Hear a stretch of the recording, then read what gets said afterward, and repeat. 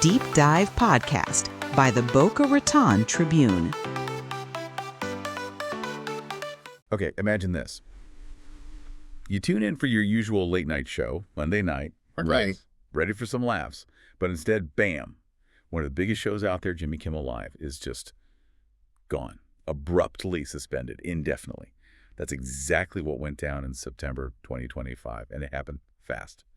In just a few days, this whole thing blew up from, a controversial monologue into this major flashpoint over free speech. A lot of legal folks were even calling it a constitutional crisis. So this isn't just about a TV show getting pulled. It's really a case study, almost a blueprint for how political pressure can force a network to, censor itself.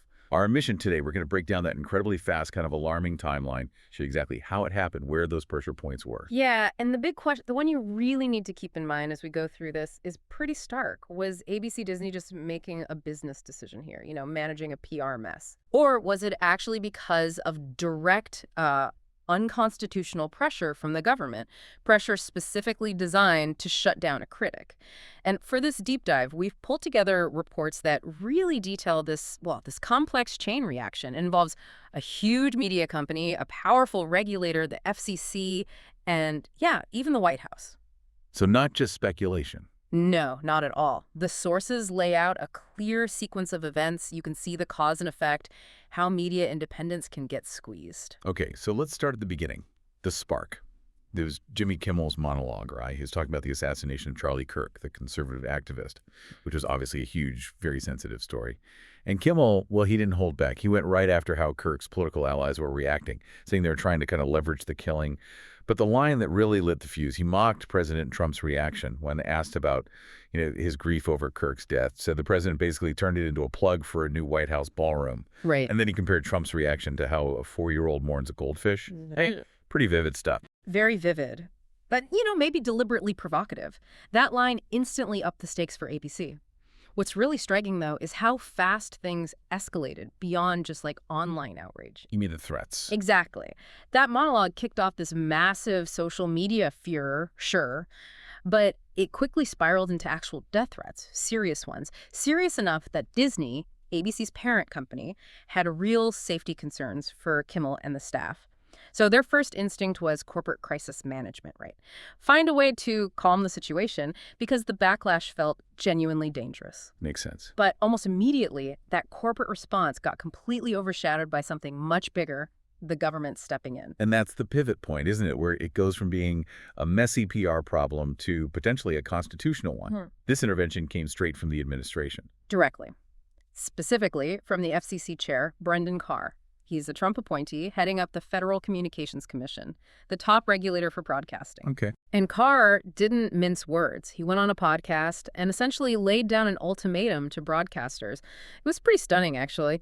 He explicitly brought up revoking broadcast licenses for stations carrying content like Kimmel's monologue. Revoking licenses, wow. Yeah, he basically said, we can do this the easy way or the hard way, using the commission's power over licenses as a direct threat. Okay, hold on. Politicians criticize media all the time. We hear tough talk. Why is the head of the FCC threatening licenses such a big deal? An existential threat, as you put it. Because those broadcast licenses, they aren't just permits. They are the business for a local TV station. It's their core asset worth potentially billions. Lose your license, your station is basically finished, kaput. The FCC literally holds the keys to the kingdom, financially speaking, for every single over-the-air broadcaster. So when Carr says the hard way, everyone in the industry hears, we can use our power over your licenses, over your multi-billion-dollar mergers to force you to drop stuff we don't like. It's a regulatory nuke, essentially. And then President Trump jumped in, too. Immediately. He publicly cheered the suspension, called Kimmel untalented, typical stuff there. But crucially, he backed up Carr's threat. Said licenses of critical broadcasters should be taken away. But wait, doesn't the president criticize people all the time? Does him calling Kimmel names actually change the legal equation here? Oh, it absolutely does, because it creates this echo chamber of pressure. You've got the president, whose appointee runs the FCC, publicly endorsing that specific regulatory threat against media he doesn't like. Okay, I see. That sends a very clear signal to every media executive. This isn't just political noise, this is a potential policy. So if you step back and look at the whole picture, what you had was this unmistakable atmosphere of coercion. The head of a really powerful federal agency, the FCC, was basically aligning its official power with the administration's political agenda. That puts immense immediate pressure on anyone broadcasting that show. Okay, so the administration didn't call up Disney and say cancel the show, right? So how did they pull it off? How did this pressure translate into Kimmel actually going off the air nationally? Where was the weak link they could push on? Yeah, they didn't need a direct order. They went after the weak spot, the Achilles heel of the broadcast industry, the local station owners, the affiliates who actually carry the network feed. Right, the distributors. Exactly. And the first domino to fall was Nexstar Media Group. They're the biggest owner of local TV stations in the U.S. They were the first ones to say, nope, we're not airing Jimmy Kimmel Live on our ABC affiliates. Preemptively dropped it. Okay. And here it is. This is the absolute crucial piece, the mechanism. Nexstar had a massive deal pending FCC approval at that exact moment. A $6.2 billion acquisition of another company, Tegna. Wow. Okay, so that timing is not a coincidence. It fundamentally changes everything, doesn't it? It's not just some random business decision anymore. No. Think about it. The FCC isn't literally holding a gun to ABC's head, but they are effectively saying to Nexstar, hey, that $6.2 billion deal, the one your entire future strategy depends on. We'll look much more favorably on it if you choose to stop running that show we find problematic. It sounds like regulatory blackmail almost. It's certainly regulatory hostage-taking. It's this stark example of how companies with huge deals sitting in front of federal regulators become incredibly vulnerable to political arm twisting. And just to underscore it, after Nexstar pulled the show, FCC Chair Carr publicly praised them for doing the right thing. Unbelievable. So Nexstar falls. And then Sinclair Broadcast Group follows suit. They're the biggest owner of ABC-affiliated stations. They also announced they'd stop airing Kimmel, and they even went a step further, saying they'd run a tribute to Charlie Kirk in that time slot instead. So with the two biggest station groups refusing to carry the show, ABC's national reach is suddenly gone. Pretty much wiped out.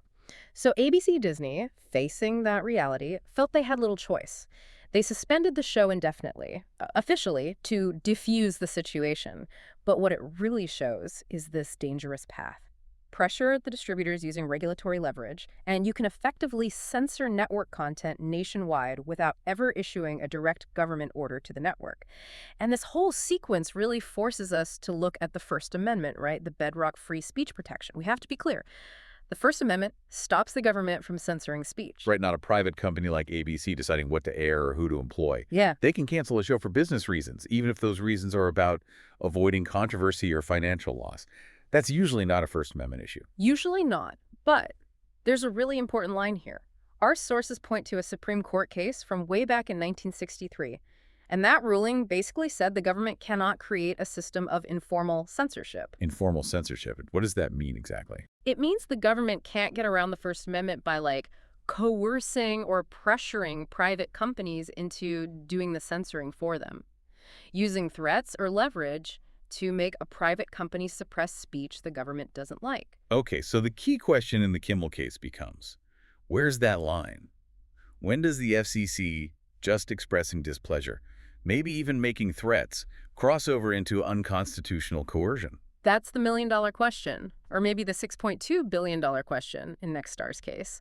The moment the government uses its regulatory power-threatening licenses, holding up a merger specifically to force a company to silence a critical voice, well, then the company's action stops looking like a purely private business choice. And it starts looking like a government-compelled censorship act. Exactly. The private company becomes an unwilling agent of the government censorship. But proving that intent, that sounds incredibly hard. I mean, couldn't the FCC just claim they were worried about public safety because of the death threats or acting in the public interest? Yeah. How do you prove they intended to censor Kimmel because of his criticism? You're right. It's incredibly difficult to prove in court. And that's precisely why this kind of informal pressure is so insidious and, frankly, so effective. It doesn't leave a neat paper trail saying, censor this person. Right. The government doesn't even need to win in court later if the mere threat is enough. If the cost of fighting back, risking your licenses, delaying that massive merger indefinitely is just too high for the company to bear, the threat itself does the censoring work preemptively. What really struck me reading through the sources was the reaction. This wasn't just one side of the political aisle getting upset. People across the spectrum seem genuinely alarmed by this. Absolutely. The perceived threat to free speech norms, it really transcended politics. And you saw that most clearly with perhaps the most unlikely defender Kimmel could have had, Senator Ted Cruz. Wow. Yeah, I mean, Kimmel constantly makes fun of Ted Cruz. All the time. He's a frequent target. For Cruz to step up and defend Kimmel's right to speak, even implicitly, that definitely risked backlash from his own supporters. Which makes his statement even more significant, doesn't it? It wasn't about liking Kimmel, it was about the principle. Exactly. It shifted the focus to the constitutional firewall itself. And Cruz didn't just issue some bland statement. He forcefully condemned FCC Chair Carr's actions. He used this incredibly dramatic comparison. He said Carr's tactics were like something out of the mob. The mob? Seriously? Seriously. He actually quoted the movie Goodfellas. You know the famous line. Remind me. Nice bar you have here. It would be a shame if something happened to it. Oh, right. Wow. That perfectly captures that feeling of veiled threat, doesn't it? It really does. That idea of using official power to deliver a message that sounds like concern but feels like coercion. It resonated because it seemed to fit the situation so well. And the alarm bells weren't just ringing outside the government. Inside the FCC itself, Democratic Commissioner Ana Gomez, she publicly accused her own chairman, Carr, of twisting the public interest to mean whatever it wants in order to kill broadcasters' free speech. So criticism from both sides and from within the agency itself. Yeah. When you see that kind of bipartisan condemnation, it's a strong signal that people felt some fundamental lines, some established norms about government power and free speech had really been crossed, regardless of anyone's politics. Now, it's important, I think, to understand that the Kimmel situation, as dramatic as it was, maybe wasn't happening in a vacuum. Our sources suggest this was part of something broader, a wider pressure campaign against media. That seems to be the case. The sources describe it as a multi-front pressure campaign using various levers against media organizations. The Kimmel suspension was just one very visible example of using regulatory power. And we saw that M&A leverage pop up elsewhere too, right? Not just with Nexstar. Correct. Another example cited is the Skydance-Paramount merger. Approval for that deal reportedly came only after Paramount made certain promises. Commitments that CBS News, which they own, would better reflect varied ideological perspectives. What did that mean in practice? Well, the conditions apparently included things like hiring a specific conservative ombudsman to review coverage, and even ending some corporate diversity and inclusion programs. So wait, the government, as a condition for approving a business merger, is basically getting involved in setting editorial policy and even HR decisions at a news organization. That feels like a major overreach. It certainly moves well beyond traditional regulatory roles like managing spectrum or preventing monopolies. And then there's this other front, the strategic use of lawsuits, what the sources call lawfare. Okay, lawfare. Can you break that down? It sounds like more than just suing someone you disagree with. It is. In this context, lawfare means weaponizing the legal process itself, using expensive, high-stakes civil lawsuits primarily to inflict financial pain and disruption on media outlets. So the goal isn't necessarily even to win the lawsuit. Winning is great, but the main goal is often just to make critical coverage incredibly costly. The discovery process, the depositions, the legal fees, they can run into the millions. It's designed to deter journalists and news organizations from tackling sensitive subjects related to powerful figures or entities in the first place. It becomes a form of financial intimidation. Turning litigation itself into a penalty. Precisely. And the numbers suggest it works. The sources give specific examples. ABC Disney paid out a huge $15 million settlement to Donald Trump's presidential library to end one lawsuit. Paramount CBS paid $16 million to settle another case related to a 60 Minutes interview. $16 million. Yeah. When settlements reach that level, it sends a very clear message throughout the industry. Challenging certain people or narratives can be incredibly expensive. It creates a powerful financial incentive for self-censorship just to avoid the crushing cost of litigation. So you paint this picture where these big media companies are getting squeezed from, like multiple directions. Regulators are holding their licenses and mergers hostage, while simultaneously they're facing these incredibly costly lawsuits if they step out of line. Exactly. It's pressure from the top through regulation and pressure from the bottom through litigation costs. The whole media supply chain, from content creation to distribution, feels vulnerable. #outro. Okay, so we've walked through this pretty intense sequence of events around the Kimmel suspension. What are the big takeaways for you listening to this? What lessons can we pull from this deep dive? Well, I think there are three key things that really stand out. First, just the threat of government action, especially regulatory action like pulling licenses or blocking a merger, can be incredibly powerful. It can work just as well as outright censorship. The chilling effect. Exactly. That chilling effect is real and immediate. Because what company is going to risk billions of dollars, risk its very existence over one late-night monologue? Very few.